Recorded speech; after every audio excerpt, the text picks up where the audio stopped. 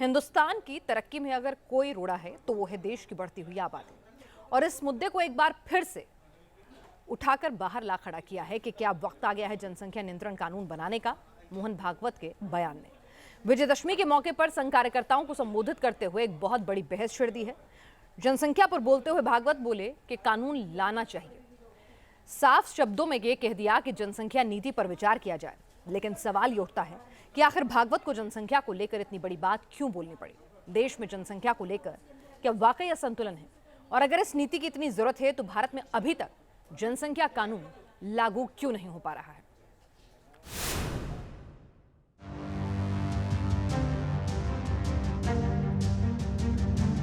इतनी बड़ी जनसंख्या है, पहले उसको कम करो, नहीं तो कुछ नहीं होगा। ये कोई इशारा नहीं बल्कि भागवत का स्पष्ट संदेश है। जनसंख्या जैसे एक बोझ के रूप में देखी जा सकती है। देश की जनसंख्या विस्फोट को लेकर भागवत मंत्र है। जनसंख्या जितनी ज्यादा उतना बोझ ज्यादा। देश में बढ़ती जनसंख्या को लेकर मोहन भागवत ने क्या कहा है, सबसे पहले आपको पूरी बात सुनवा देते हैं। और इसलिए जनसंख्या की एक समग्र नीति बने, वो सब पर समान रूप से लागू हो। एक बार बनने के बाद किसी को छूट न मिले और समाज इसको स्वीकार कर ले, इसलिए उसके लिए मन बनाकर उसको लाया जाए। इसकी आवश्यकता है कि जनसंख्या में प्रमाण का भी संतुलन चाहिए।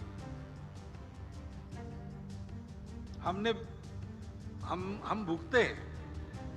जनसंख्या का असंतुलन हुआ तो 50 साल पहले उसके गंभीर परिणामों को हमने भुगता। भागवत ने बढ़ती जनसंख्या या यूं कहें कि जानबूझकर आबादी बढ़ाने पर जो कुछ कहा, उसने कुछ सवाल पैदा कर दिए हैं, जिसमें सबसे बड़ा सवाल था कि क्या जनसंख्या नियंत्रण कानून मोदी सरकार का अगला एक्शन है। ये सवाल हवाई नहीं, इसके पीछे ठोस वजह नजर आती है। 2014 से लेकर अब तक मोदी सरकार के दौरान हुए फैसले सख्त और स्पष्ट रहे हैं। मोदी सरकार के दौरान ही अयोध्या में भव्य राम मंदिर का निर्माण शुरू हुआ। कश्मीर से 370 को हटाकर मोदी सरकार ने एक नासूर खत्म किया। ट्रिपल तलाक जैसे विवादित मुद्दे पर मोदी सरकार ने सीधा एक्शन लिया और ट्रिपल तलाक को कानूनन जुर्म की शक्ल दी। तो क्या ये मान लिया जाए कि अब मोदी सरकार जनसंख्या नियंत्रण पर क्लियर कट कानून बनाने जा रही है। बेतहासा जो जनसंख्या विस्फोट हो रहा है, ये जनसंख्या विस्फोट हमारे लिए, हमारी आने वाली पीढ़ी के लिए अनेक नए संकट पैदा करता है। एक सामाजिक जागरूकता की आवश्यकता है। जिन लोगों ने ये बहुत बड़ी भूमिका अदा की है, उनके सम्मान की आवश्यकता है। और उन्हीं के प्रयासों के उदाहरण लेकर के समाज के बाकी वर्ग जो अभी भी इससे बाहर है, उनको जोड़ करके जनसंख्या विस्फोट, इसकी हमें चिंता करनी ही होगी।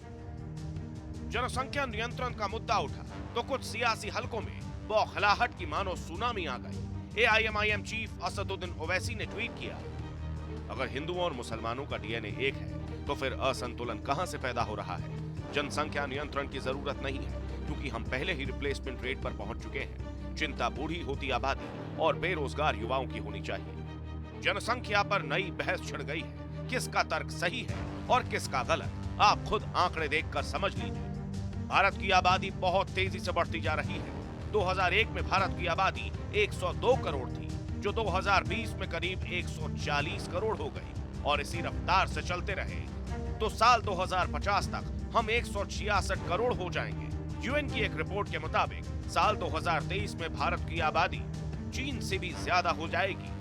हालांकि केंद्र सरकार राज्यसभा में यह स्पष्ट कर चुकी है कि वो फिलहाल जनसंख्या नियंत्रण कानून लाने पर कोई विचार नहीं कर रही है, लेकिन साथ ही सत्तारूढ़ी पार्टी यानी बीजेपी के अंदर से इस कानून को लाने की मांग उठाई जा रही है।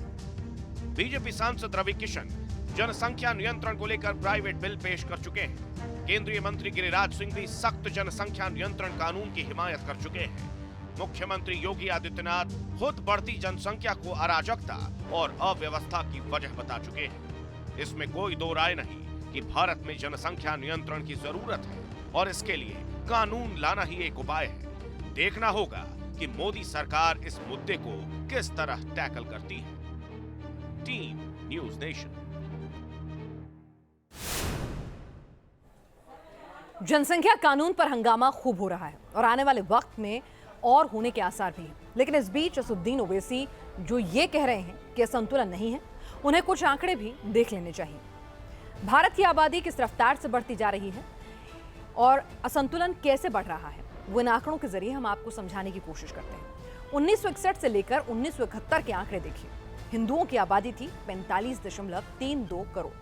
वहीं देश में मुस्लिम पॉपुलेशन थी 6.14 करोड़।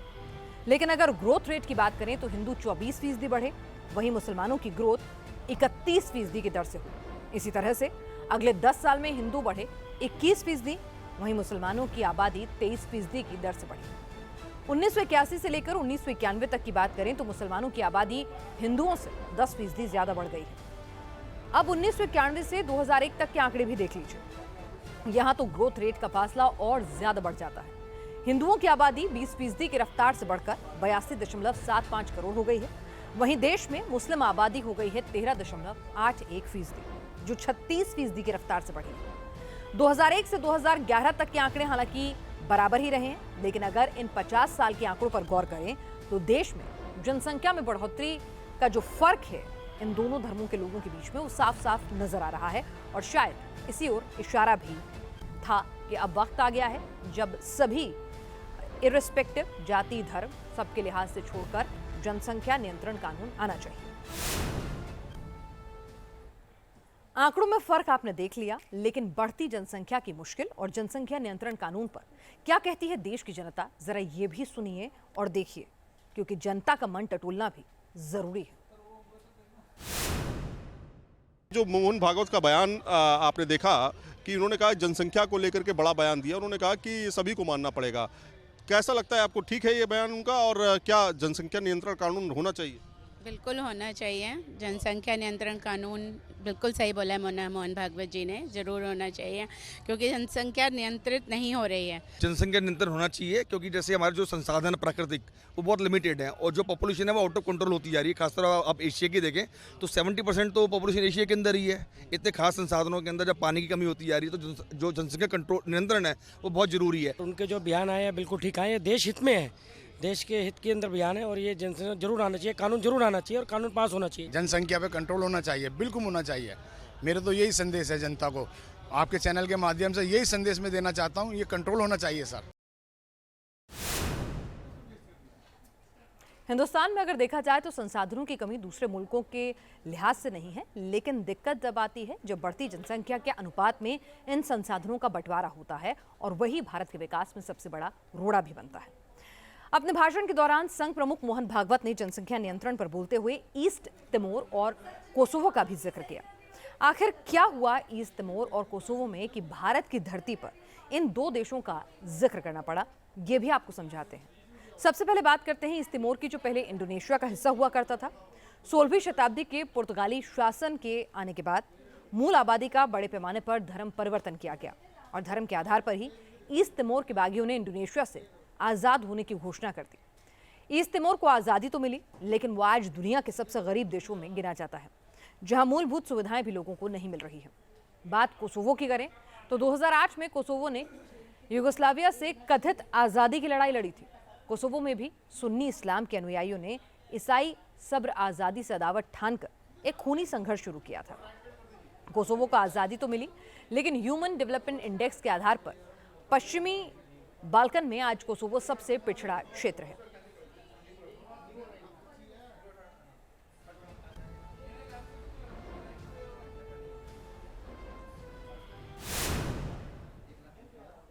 जनसंख्या नियंत्रण कानून के साथ देश में एक और कानून को लेकर मांग उठ रही है और वो विरोध की आवाज भी बराबर उठ रही है।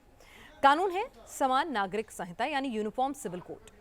आइए अब आपको ये भी समझाते हैं कि यूनिफॉर्म सिविल कोड क्या है और इसे लेकर क्या परिकल्पना की गई थी और इसे लेकर क्या एतराज जाहिर किए जाते रहे हैं। समान नागरिक संहिता संविधान की परिकल्पना से ही निकला है, जिसका जिक्र बाकायदा संविधान के अनुच्छेद 44 में मिलता है। यह अनुच्छेद 44 निदेशक सिद्धांतों में से एक था, जिसमें यह जिक्र था कि यूसीसी को भविष्य में लागू किया जा सकता है। स्वीकृति के आधार पर लागू करने का प्लान था। संविधान बनाते वक्त इसे स्वैच्छिक रखा गया था। आइए अब आपको यह भी समझाते हैं कि यूनिफॉर्म सिविल कोड के तहत हर धर्म के लोगों के लिए एक समान कानून का प्रावधान है। तलाक, विरासत, गोद लेने इत्यादि को लेकर धर्म में एक ही कानून का प्रावधान है, जो फिलहाल अलग अलग है, मतलब सब धर्मों के हिसाब से अलग अलग डीलिंग होती है। इसे लेकर आपत्ति क्यों है, जरा ये भी समझ लीजिए। फिलहाल हिंदू और मुस्लिम दोनों के अलग अलग पर्सनल लॉ बोर्ड हैं। यूसीसी लागू होने पर पर्सनल लॉ खत्म हो जाएंगे और सब एक समान हो जाएंगे।